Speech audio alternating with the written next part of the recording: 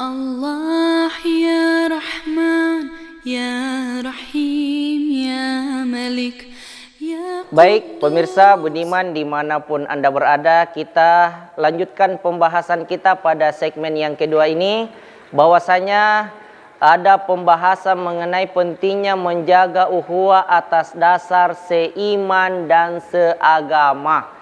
Di dalam Al-Quran sudah saya sampaikan pada segmen sebelumnya bahwa Allah Subhanahu wa taala berfirman, "Innamal mu'minuna ikhwatun." Sesungguhnya orang mukmin itu ibarat saudara kandung.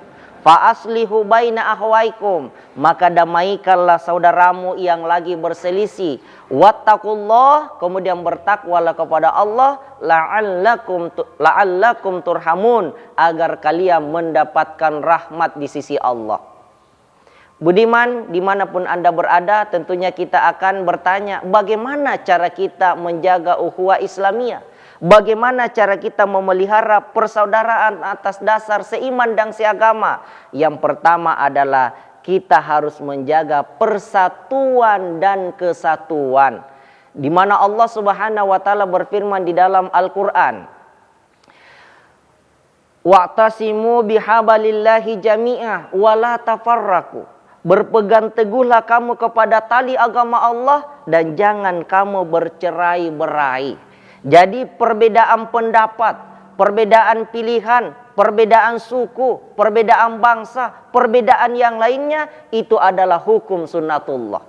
Sering sekali saya sampaikan baik di media maupun di kelas, di mimbar, saya selalu menyampaikan kepada umat bahwasanya perbedaan dan persamaan itu adalah merupakan sesuatu yang menjadi kepastian.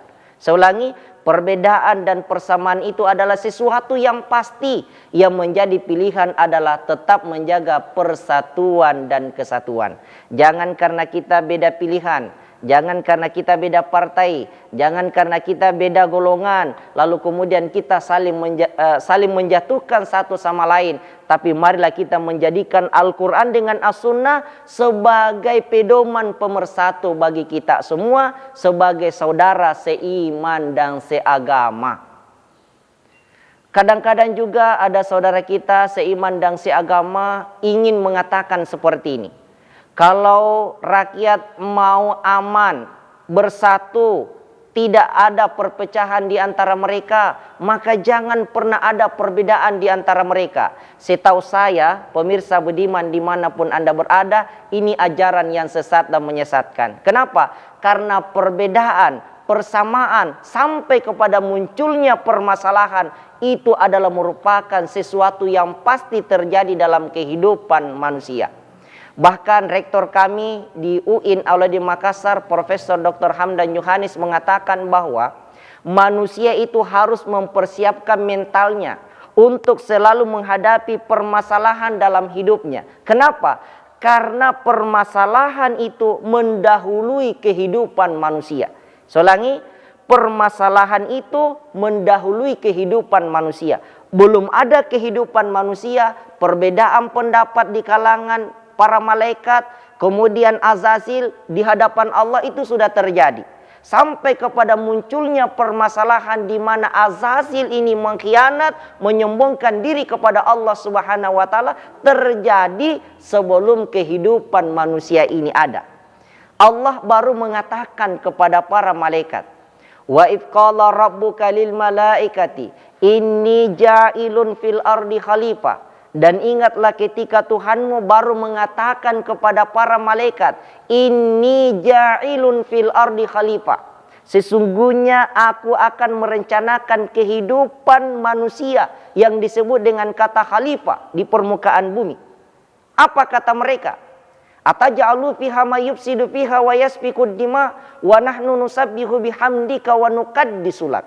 Ya Allah, kenapa lagi Engkau akan menciptakan kehidupan manusia yang saling bermusuhan satu sama lain, saling menumpahkan darah antara golongan yang satu dengan golongan yang lain? Bukankah kami ini sudah bertasbih dan memuji kepadamu ya Tuhan? Apa kata Allah? "Inni a'lamu ma la ta'lamun." Sesungguhnya aku lebih mengetahui apa yang kamu tidak ketahui. Apa yang kita bisa petik dari riwayat singkat ini? Artinya Kehidupan manusia didahului dengan sekian banyak perbedaan. Kehidupan manusia diawali dengan sekian banyak permasalahan. Maka sesuatu yang sangat pantas jikalau kehidupan manusia juga dikelilingi dari sekian banyak permasalahan.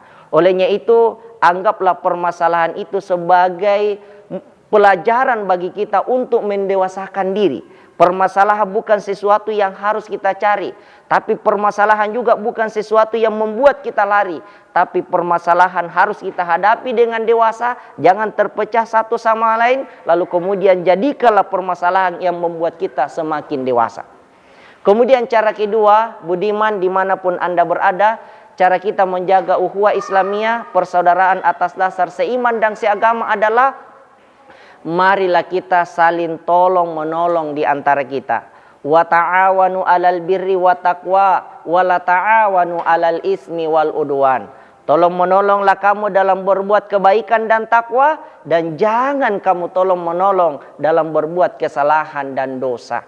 Jadi yang harus digarisbawahi di sini adalah kita diperintahkan untuk saling membantu, saling tolong menolong di antara kita seiman dan seagama, sebangsa dan setanah air dalam hal kebaikan.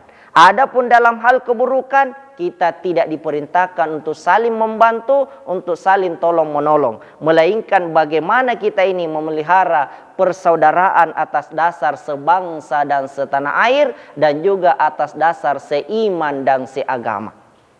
Menolong saudara tidak mesti dengan uang. Menolong saudara tidak mesti dalam bentuk materi, walaupun itu juga bagian daripada saling tolong menolong. Kita punya uang, tetangga kita membutuhkan, kita bisa berikan. Kita punya beras, tetangga kita lagi kehabisan beras, tidak ada salahnya untuk kita tawarkan dan kita berikan, sekalipun dia tidak minta kepada kita. Apalagi dia minta, lebih wajib lagi untuk kita berikan. Bagaimana misalnya Ustadz, karena saya juga tidak punya uang, mau kau berikan beras, berasnya juga terbatas. Saudaraku seiman dan seagama, menolong orang lain tidak mesti dengan uang. Menolong saudara tidak mesti dalam bentuk materi berupa beras, tapi memberikan solusi terhadap permasalahan yang dihadapi oleh saudara kita juga bagian daripada wa ta'awanu 'alal birri wa taqwa, saling tolong menolong dalam berbuat kebaikan dan takwa. Dari pertemuan sebelumnya saya selalu menyampaikan bahwa jangan pernah bosan untuk selalu melakukan kebaikan, termasuk di dalamnya adalah menolong orang lain. Kenapa? Karena kita tidak tahu kebaikan mana yang kita lakukan itu yang menjadi asbab kita ini akan mendapatkan ridho dan kasih sayang Allah Subhanahu wa Ta'ala. Pemirsa budiman dimanapun Anda berada, demikianlah segmen ini, dan saya minta pemirsa budiman dimanapun Anda berada tetaplah di tempat menunggu, karena saya akan kembali setelah yang demikian ini. Ya Allah ya Rahman ya Rahim.